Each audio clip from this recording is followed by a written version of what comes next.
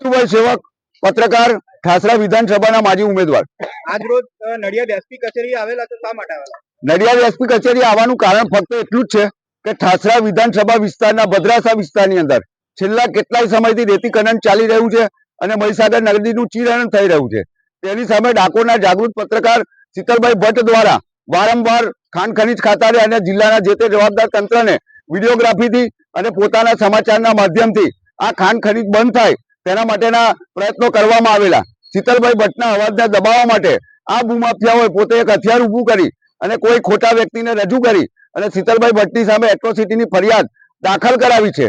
તેના વિરુદ્ધની અંદર અમે ડીએસપી સાહેબને મળવા આવેલા છે।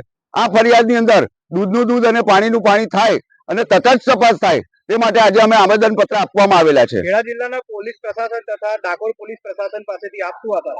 હવે છેલ્લા કેટલાય વખતથી આ ખનીજ માફિયાઓ સામે જિલ્લા કલેક્ટરને, જિલ્લા એસપીને વારંવાર રજૂઆતો કરી હતી, છતાંય કોઈ પ્રત્યુત્તર મળ્યો નથી। એટલે અપેક્ષાની બાબત તો બાજુ પર છે, પણ અમે અમારી રજૂઆતમાં જો ન્યાય નહીં મળે તો છેક ઉપલા લેવલ સુધી પણ અમે જતા અટકીશું નહીં।